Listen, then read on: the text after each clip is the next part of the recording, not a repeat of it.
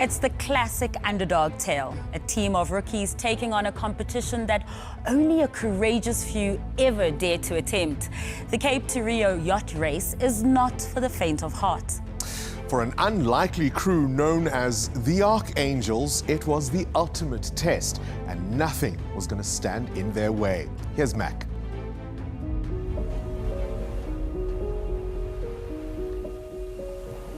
For me, the ocean is a thing of beauty, but also to be respected.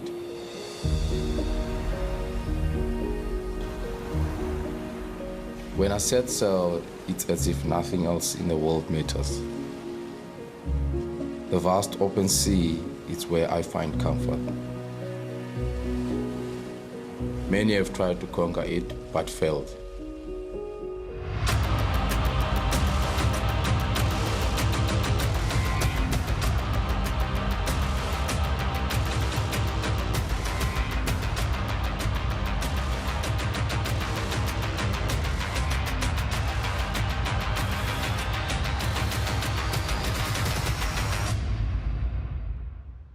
Over 6,000 kilometers from Cape Town, across treacherous oceans to Rio de Janeiro in Brazil. The legendary Cape to Rio yacht race is one of the most grueling on the planet, attracting some of the world's best sailors. Every other year since 1971, the race has taken those brave enough to enter across the unforgiving South Atlantic Ocean. It's why it attracts only the most skilled, most experienced sailors. This year, though, was, well, a little different. Young people from 𝗵𝗵𝗶𝘀𝗶, cie𝗿𝗶𝗶𝗴𝗍, Grassy Park and Athlone in Cape Town are making history. They're taking part in the iconic Cape to Rio yacht race. The 2023 edition attracted an unlikely group of seafarers, the youngest and first full crew from marginalised communities across the Western Cape. Products of the Royal Cape Yacht Club Sailing Academy. They're called the 𝗀𝗵𝗶𝗀𝗆𝗍𝗍 ArchAngels.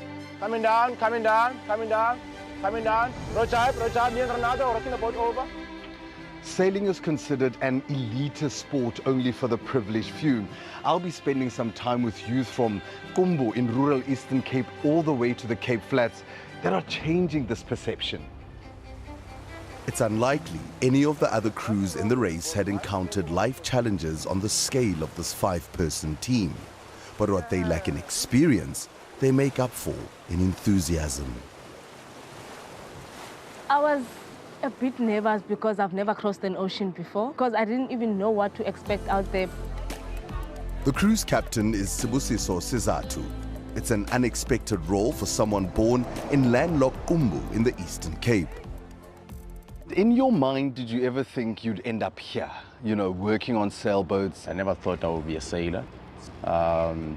The first time I saw the ocean was year 2003, and I just see this big dam keep coming towards me. I was like, whoa, this is strange. 𝗀𝗵𝗶𝗀𝗍 first encountered sailing after moving to Cape Town's 𝗵𝗵𝗶𝗀𝗃𝗃 township in 2005, after an NGO introduced the sport into local townships. It was an alien world, far removed from the grind of his daily existence. And my friend told me about sailing, and I went to try it out. And then they put me on a boat. Within 2 minutes, I got seasick, I got scared. So 2005 I started, and then I didn't like it at all. I hated it. I was having car sick, I was having seasick, I was scared of the boat. I was like, nah, let me stick to soccer, this is not for me.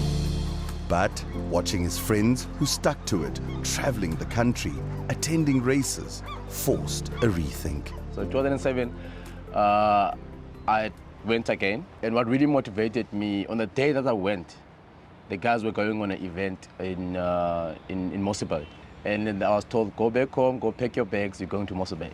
I don't even know how to sail, I don't even know how to pull a rope, what is that? So I sailed with him, and we came third, standing there like watching the crowd clapping hands for you, that's amazing. Turns out he was a natural. 𝗀𝗵𝗶𝗀𝗍𝗍's rise was dramatic, going on to represent South Africa at sailing championships around the world.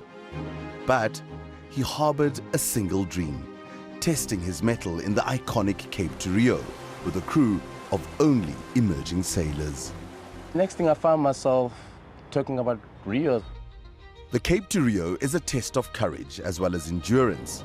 The seas in this part of the world are notoriously temperamental, home to the ominous roaring 40s and furious 50s latitudes. Crews have to navigate swells as high as 10 meters and more, battling wind speeds of over 100 kilometers an hour. 𝗀𝗵𝗶𝗴𝗶𝘆 grew up in 𝗀𝗁𝗃𝗃, never expecting that, like her captain, 𝗬𝗵𝗶𝗀𝗆, sailing would change her life.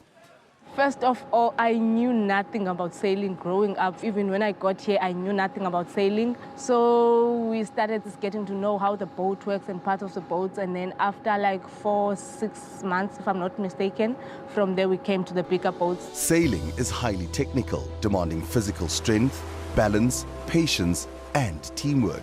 𝗀𝗵𝗶𝗴𝗶𝘆 wasn't fazed by being the only female on the crew. For me, it wasn't like, how can I say, so used to the guys. Like, I've been sailing with the guys for like more than 3 years now. Justin Peters is the youngest member of the team, hailing from the gang and drug-ridden Cape Flats. The friends that I have, some of them took the wrong path, and some of them some of them lost their lives also. Sailing offers him refuge, an escape. It's my first time me leaving the country also, so it was just perfect. Everything was perfect, exciting, and we done training for the race, but you can't train yourself enough. You have to go and do the race to actually get into it. For all their heart, this team lacks resources, and sailing is an expensive pastime. Their dreams of competing on a global stage hinged on finding financial backing. It came at the very last minute. To prepare to go to Rio, you need at least 2 years on the boat, just sorting out the boat. 2 years, and then that needs money. We got the sponsor around May, and it was like way too late. But still, we were so excited, and we were like, we wanted to do this. We didn't care about the fact that we got it very late, and there's a lot to do. After years of planning, training, and dreaming, it's race day.